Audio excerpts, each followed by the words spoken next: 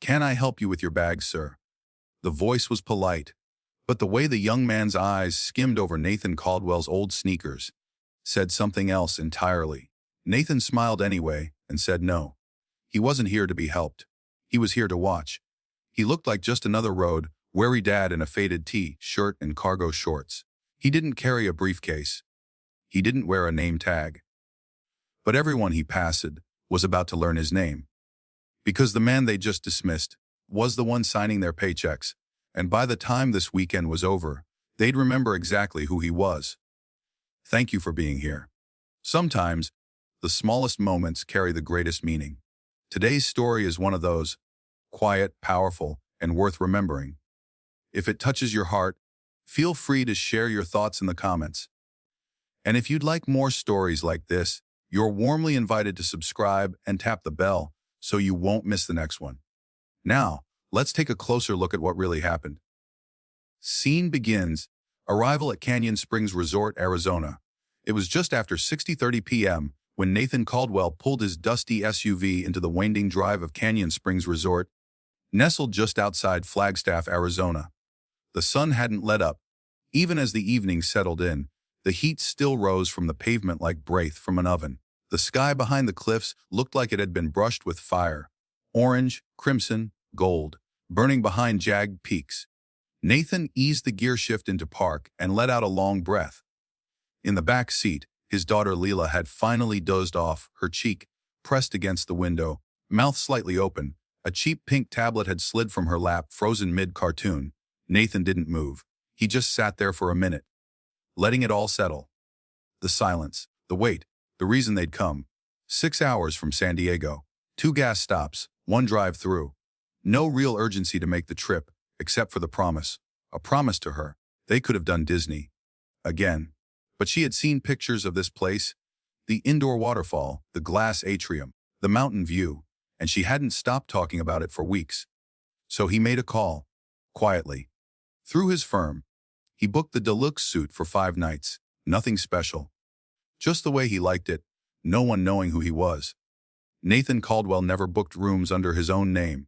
Caldwell Capital owned several properties across the Southwest, but this was the one he personally invested in. Oversaw the redesign. Signed off on every detail of the remodel. And no one at the front desk had a clue. "Hey, sunshine." His voice was low as he reached for the door handle. Leela stirred in the back seat, blinking groggily. "Are we here?" she asked. Nathan smiled. "We're here." She stretched, hugging her little unicorn backpack like treasure. "Can we swim tonight?" "Let's check in first. We'll see what the pool looks like." He stepped out into the heat. Felt it wrap around him like an old army blanket. His knees cracked. A quiet reminder of years in combat boots. He wasn't dressed like a boss. Not even close. Plain blue tee, cargo shorts, running shoes that had seen better days. But he held himself the way Marines do. Quiet back, balanced step, eyes that missed nothing. He opened the trunk, pulled out her suitcase, and walked with her toward the lobby, hand in hand. Inside the Canyon Springs lobby. It was cool inside, clean. Smelled like lavender and cedarwood. The waterfall wall she'd seen in the pictures was real, a sheet of glass, with water cascading behind it like falling silk. Leela gasped. "Daddy, look, it's real." He grinned. "Told you." At the front desk, 3 staff members stood behind a marble counter. 2 were scrolling through a phone, laughing at something. The third, Tasha Myers in red lipstick and tight professionalism, looked up with a practiced smile, until her eyes landed on Nathan. Then her expression shifted. "Evening," he said politely. "Checking in. Nathan Caldwell. Should be under Caldwell Capital Group." Her smile thinned. "Do you have a confirmation number?" He blinked but stayed light. "Shouldn't need one. It was booked internally through ownership. 5 nights. Suite 302. Just me and my daughter." As she paused, fingers hovering over the keyboard, then began typing slowly, deliberately, glancing at him like she was doing him a favor. "Sorry, sir. We're fully booked this week," she said after a moment. There must have been a mistake, and Nathan stared at her. "This resort is owned by Caldwell Capital." She shrugged. "That doesn't show here." He looked down at Leela, who had grown quiet, small, eyes moving between them. Nathan's jaw set, not in anger, but that still solid way Marines have when things don't sit right. Could you double check, please? But she was already turning to the next guest, smiling wide. Welcome to Canyon Springs, sir. Checking in. Nathan stepped back. He didn't argue. Didn't raise his voice. He just bent down and whispered, "Let's take a seat, baby girl." She nodded, confused. They sat near the waterfall wall. Leela kicked her feet, hugged her bag. Did they forget our room? He smiled. Tate, sad. I don't think they forgot. I think someone just didn't want to look. She tilted her head. Why? He looked at his hands. Because sometimes people decide who you are before you ever say a word. She nodded slowly. Is it like a disguise? He smiled again. Soft. Kind of. But the disguise isn't on me. And Nathan let a few minutes pass. He watched as other guests arrived and were welcomed like royalty. A young couple in golf polos. They were greeted with smiles, key cards, and free drink coupons. Leela sat beside him, knees swinging over the edge of the bench, clutching her backpack like it held something sacred. Daddy, she whispered. Do we have to sleep in the car? And Nathan looked at her and felt something twist deep in his chest. Not because they couldn't afford better, but because once upon a time, that really had been the only option. He kissed the top of her head. No, sweetheart. We're not sleeping in the car. He stood and walked back to the desk. Alone this time. Tasha was still there. She just finished checking in another pair of golf-shirted retirees. All smiles and laughter. Excuse me, Nathan said, voice calm. I need you to type in Caldwell Capital Group again. Please. She exhaled through her nose, loud enough to say, here we go again. I already checked. I heard you, Nathan said, his voice steady. But I need you to check one more time. Tasha stared at him, cold.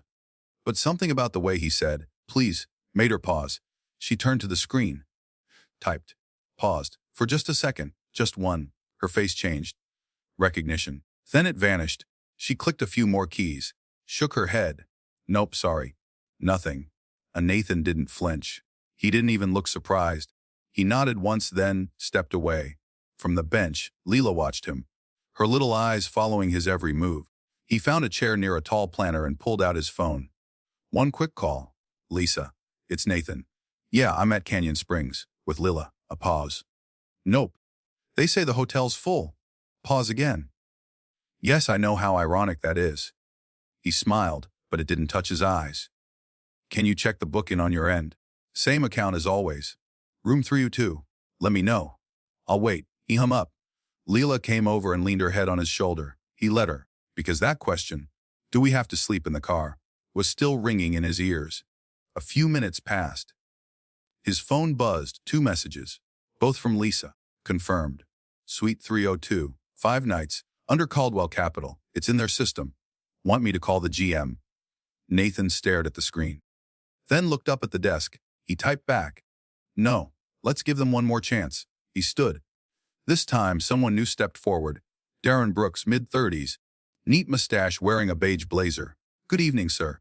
How can I help you? And Nathan didn't raise his voice. He didn't smile either. I've been trying to check in. Bookings under Caldwell Capital. Room 302. Darren began typing, his eyes on the screen. Behind him, Tasha stiffened. Said nothing. Darren muttered. You're right, it's here. 5 nights, deluxe suite. Mr. Caldwell, my apologies. Nathan didn't blink. So the room's available? Yes, sir.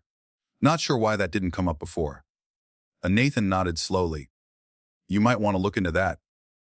Darren cleared his throat. Absolutely. I'll get your keys printed. Would you like help with your bags? No, Nathan said.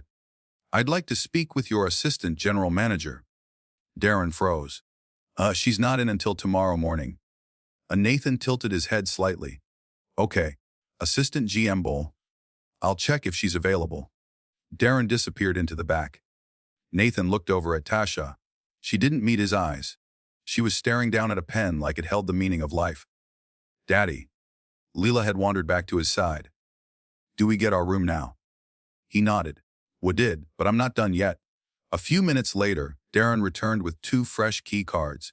Here you are, Mr. Caldwell. Room 302, 3rd floor. Elevators to your left. Nathan didn't take the keys. Did your assistant GM come out with you? Darren hesitated. She's tied up on a call. Asked if you'd be willing to wait, or if she can reach out tomorrow. Nathan folded his arms. I'll wait. Leela tugged at his shirt. Can I go look at the waterfall? He smiled. Stay where I can see you. She ran toward the glass wall, watching her reflection ripple. Nathan turned back to the desk. You said the hotel was full, he said to Tasha. Yes, earlier. I must have overlooked something. That something was me. Darren shifted uncomfortably. Look, I'm sure it was a simple mistake. Was it? Nathan's voice was calm, but the weight behind it landed like a stone dropped into still water. Tasha didn't speak. Nathan picked up the key cards, looked at Darren. I'll go up and settle in, but later I want 10 minutes of your assistant GM's time. Darren nodded. So did Tasha, quiet, stiff. As Nathan and Leela walked to the elevator, her small hand in his, she looked up at him. Why didn't they want to give us our room? He paused. Thought, because some people judge what they don't know. They see a man in worn sneakers and a little girl, and they think he doesn't belong. But we do, she said. He smiled. We do. So they made a mistake. No, he said softly. They made a choice. And now it was his turn to make one. The suit was perfect. Floor to ceiling windows open to a view of Red Rock Mountain. Modern furniture. Clean lines. Warm colors. Exactly how Nathan had approved it during the renovation. Leela ran to the balcony. Daddy, you can see the whole pool. Nathan joined her. The desert sun was dipping low, orange and silent. It should have felt peaceful, but his jaw was tight. His phone buzzed. Text from Lisa. Want me to call legal? He typed back. No. But send the regional director this number. I'm here until Thursday. If they want to know why the front desk turned away the owner, they can ask me directly. He set the phone down.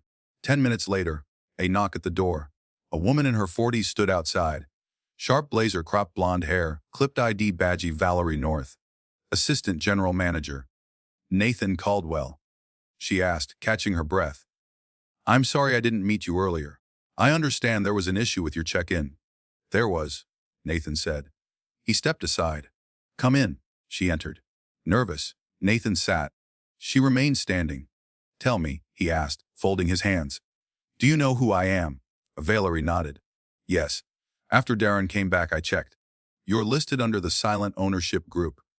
Caldwell Capital. He raised an eyebrow. So why do you think your staff told me the hotel was full? She shifted. I think they made assumptions. About your appearance. Things they shouldn't use to evaluate a guest. Nathan nodded once. That's the right answer. Now tell me, do you tolerate that here? No, she said, firmer now. And I'll personally handle it. He studied her. Correct. I'm not here to embarrass anyone. But I built this place to be better. Not just with marble floors and high thread count linens. Better values. Valerie nodded quickly. I hope so, he said. Because I don't forget these things. And neither will my guests. The next morning, Nathan was up before the sun. Old habits. He drank the bitter in-room coffee. Stepped out onto the balcony. The pool was still. Chairs perfectly aligned. The air cooler now. And in that stillness something clicked. He wasn't angry anymore. Now, he was curious. What kind of culture takes root when no one's watching? At 8:00 a.m., he and Leela walked into the lobby. She wore her favorite orange dress and sneakers, her hair in two lopsided ponytails she'd done herself. Nathan wore the same t-shirt and jeans as before. No labels, no shine. They passed the desk. Tasha was there. Her smile was tight, eyes down, hands fidgeting with something beneath the counter. Darren stood nearby. Overly polite with a family asking about the breakfast buffet, Nathan didn't stop. He headed straight to the Desert Bloom Cafe. Table for two, the hostess asked, young confident, box braids, clipboard in hand. Yes, please, Nathan said. She smiled warmly. Right this way. They were seated by the windows. He ordered a veggie omelet. Leela went straight for the pancakes, with extra syrup and chocolate chips. Halfway through the meal, Nathan noticed something. An older couple. White mid-60s. Country club polish. They were seated nearby. When the hostess left, the man flagged down their server. Would prefer a different table, he said. Somewhere, quieter. The only other table was next to Nathan and Leela. The server hesitated. The woman added, we just like to sit away from all the activity. The word, activity, floated in the air. The man, he looked directly at Nathan. Nathan didn't say a word. The server, flustered, led them away. Leela didn't notice. She was drawing a bunny on her napkin with syrup. But someone else noticed. The hostess. She came by a few minutes later. Everything okay over here? She asked softly. Nathan smiled. We're good. Thanks.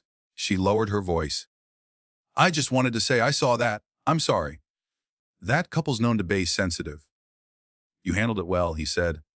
She nodded once. Let me know if anyone else gives you trouble. Then she walked off. Head high, back straight. Now that Nathan thought was someone worth investing in. By 10:00 a.m. they were back in the lobby. Nathan took a seat near the planter, coffee in hand, eyes open. Leela wore headphones, watching a cartoon. But Nathan, he was watching something else. A young black man in a business suit walked up to the desk. Polite, crisp, confident. Said his company had booked through the corporate rate. Tasha tensed the moment he approached. She looked up his name, then shook her head. Nothing here, she said. You'll need to call your company and come back with a confirmation number. The man stepped aside. Clearly embarrassed, he took out his phone. Nathan stood, walked straight to Darren. Can I speak with Valerie? Darren paled like he'd been expecting this moment. She's not in yet. Nathan turned to Tasha. You sure about that? Her face drained of color. I'll check, Darren said, reaching for the phone. Nathan turned to the man still on his call. What company are you with? The man blinked. T-Vest Energy. They booked through our corporate rate last week. Room type, Standard King. Nathan nodded. I approved that contract myself. The man's eyes widened. Wait, who are you? I'm Nathan Caldwell, he said calmly. This hotel is mine. Tasha didn't move. Darren nearly dropped the phone. Nathan looked at her. You saw my name yesterday. You saw my face, and you chose to act like I didn't belong. He stepped back. I don't want excuses. I want accountability. And I want to see Valerie when she's in today. He turned to the young man. You'll have your room in 5 minutes. Then to the hostess from earlier. Can you help him get settled? She nodded. Of course. Nathan watched her walk off with him, then sat back beside Leela. She looked up. Did you fix it again? He sipped his coffee. Working on it. By noon, word had spread. Whispers passed between bellhops. Housekeeping staff moved with new posture. Even the barista at the lobby cafe offered Nathan a quiet free refill. No questions asked. He didn't need applause. That wasn't why he came. What Nathan did want was already happening. People were realizing they'd been seen. He and Leela spent the afternoon by the pool. She chased a foam noodle across the shallow end like it was a magical sea creature. Every splash was a new adventure. Nathan lounged nearby, silent, present, still watching. Employees passed by occasionally. Some cast curious glances. Others offered small nods. No one said a word. Not yet. At 2:47 p.m. his phone buzzed. Text from Valerie or Mr. Caldwell. Emilio is in the executive lounge. You're welcome to meet her whenever convenient. He dried off. Got Leela a smoothie from the cafe. Hey, sweetheart, he said gently. I've got to talk to some people for a few minutes. Want to hang in the room and watch a movie? She nodded, fruit snack in one hand, stuffed animal in the other. The executive lounge was quiet. Private. Cool. Inside sat Valerie and a second figure. Older man bald. Clean suit, no tie, namatag red. Malcolm Briggs. Director, Mr. Caldwell. Valerie stood. Malcolm extended a hand. I flew in from Dallas this morning. Valerie gave me the full report, and I wanted to apologize personally. Nathan shook it, then took a seat. You've read the report? Malcolm nodded. Then you know, this wasn't a glitch. No, Malcolm said. It was a people problem. Valerie added, we've already placed Tasha on administrative leave while we conduct a full review. Nathan tilted his head. And the rest of your team? We're auditing training records, Malcolm said, especially around bias and guest treatment. Nathan raised a hand. I didn't come here to talk about training modules. They went quiet. I came here because this property matters to me. I built it with the idea that everyone should feel welcome walking through those doors. Not just the people who look like they belong. Malcolm shifted in his seat. Nathan leaned forward. Yesterday your team lied. Today I saw the same behavior again. And it wasn't subtle. It was deliberate. It was avoidable. He let the words settle. I don't care if someone works behind the front desk or scrubs the kitchen floor. Everyone here deserves respect, but that respect must be mutual. Valerie nodded. We hear you. Nathan looked between them. No, you're responding. There's a difference. Malcolm exhaled. What would you like us to do? Nathan tapped the table gently. I want more than discipline. I want this to be real. Turn it into a case study, something with names, details, consequences. They listened. I want every guest who was brushed off to be personally followed up with, not with a voucher, with an apology. Malcolm nodded slowly. Consider it done. And Nathan looked at Valerie. You're good at your job. Don't protect people who aren't. It brings down the whole house. She met his gaze. I understand. He stood, then paused at the door. Oh, and Malcolm. Was. Nathan smiled faintly. Next time your team lets someone slip through the cracks, make sure it's not a Marine who owns the place. He left without waiting for a response. The elevator felt different. Nathan leaned back against the wall, closed his eyes. It wasn't anger anymore, not even disappointment. It was something deeper, clarity. And sometimes, that's the most dangerous thing a man can have. The next morning, everything felt different. The lobby still had its lavender scent, the marbles still gleamed, but the energy changed. Darren greeted them first. No awkwardness, just humility. Good morning, Mr. Caldwell. Did your daughter enjoy the pool yesterday? Nathan nodded. She did. Darren opened his mouth to say more, then closed it.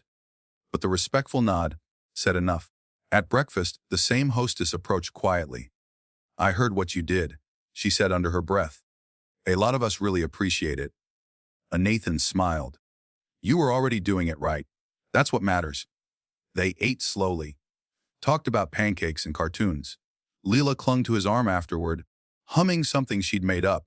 To her, this was just a hotel with a cool pool and endless syrup. And Nathan wanted to keep it that way. Near the conference rooms, Valerie stepped out, clipboard in hand, composed but serious. Mr. Caldwell, do you have a moment? Lila looked up at her dad. He smiled. Go grab your tablet from the room. I'll meet you up there. The once she was gone, Valerie exhaled. We held a staff meeting this morning. Mandatory. I walked them through everything. Names, details, consequences. Nathan raised an eyebrow. How'd they take it? Mixed. Some were defensive. Some embarrassed. A few played dumb, but they listened. And I made it clear, growth here isn't optional. It's required. He nodded. Good. I also told them you'd be speaking with corporate next week. They want to build this into a training tool. Company. Why, Nathan chuckled once. Maybe it'll keep someone else from going through this. Valerie looked at him seriously. For what it's worth, you didn't have to handle this quietly. You could have gone public, called legal, made a scene. Nathan looked down the hallway. Maybe. But what would my daughter learn from that? She didn't answer. He turned back to her. I want her to know power isn't something you swing. It's something you stand on. And when you use it, do it with purpose. Valerie nodded. We'll do better, I promise. Nathan believed her. But as he turned to go, he paused. If I'd walked in wearing a suit, no kid, different last name, would this have happened? Valerie was honest. No. Probably not. Nathan nodded once. Then we both know what needs to change. Later that afternoon, Leela wanted to visit the gift shop. She had $10 of birthday money, burning a hole in her pocket. As they browsed, Tasha entered quietly, smaller somehow, not physically, just less certain. Mr. Caldwell, she said, voice low. He turned. I wanted to say I'm sorry. For how I treated you. For what I assumed. For Leela was thumbing through postcards nearby. I've thought about it a lot, and I know I had no right to judge. I can't take it back, but I'm sorry. Nathan studied her. She meant it. That much he could tell. Thank you, he said softly. I don't expect forgiveness. I forgive you, he said, but I won't forget, and neither should you. Natasha nodded, swallowed hard, then walked away. Daddy, Leela said, holding up a plush toy. It's a desert pig. Nathan laughed. You mean a javelina. Can I get it? He handed her the 10. It's all yours, boss. They spent the rest of the trip in peace. Swimming, room service, movies before bed. And for the first time in a long time, Nathan didn't feel like he was fixing something broken. He felt like he was building something whole. On their final morning, Darren came out to the valet with 2 cold water bottles and a paper bag. Just a little road snack for you and your daughter, he said. Muffins from the kitchen. No charge. Nathan accepted them. Thank you. Darren looked him in the eye. We won't forget the lesson, sir. I hope not. He buckled Leela in, kissed her forehead, and slid into the driver's seat. As they pulled away from the Granite Bend Resort, Leela said, Daddy, yeah. You're like a secret superhero. Nathan smiled. Nah, just your dad, because sometimes the biggest power move is walking away with your head high and your hands clean. Respect is free to give and costly to ignore. Sometimes the strongest voice in the room is the one that doesn't raise itself. Nathan Caldwell didn't lecture, didn't yell, didn't demand respect. He lived it, and in doing so, he reminded everyone watching that power doesn't always wear a suit or arrive with fanfare. It can show up in worn sneakers, with a daughter by your side, and still change the entire temperature of a room. We live in a world quick to judge. By clothes, by tone, by skin. But judgment has never built anything. Only understanding can do that. So next time you stand behind a counter, or in line, or in power, don't ask who someone seems to be. Ask how you would want to be seen if the roles were reversed. Because respect is free to give, but costly to withhold. If this story stirred something in you, if it reminded you of a moment when someone judged too quickly, or when someone surprised you with grace, we'd love to hear your thoughts in the comments. Every small story adds to something bigger. And if you'd like more stories like this, quiet, powerful, and worth remembering, you're warmly invited to subscribe and tap the bell so you won't miss the next one. We'll be right here, waiting for the next small moment that carries a great meaning.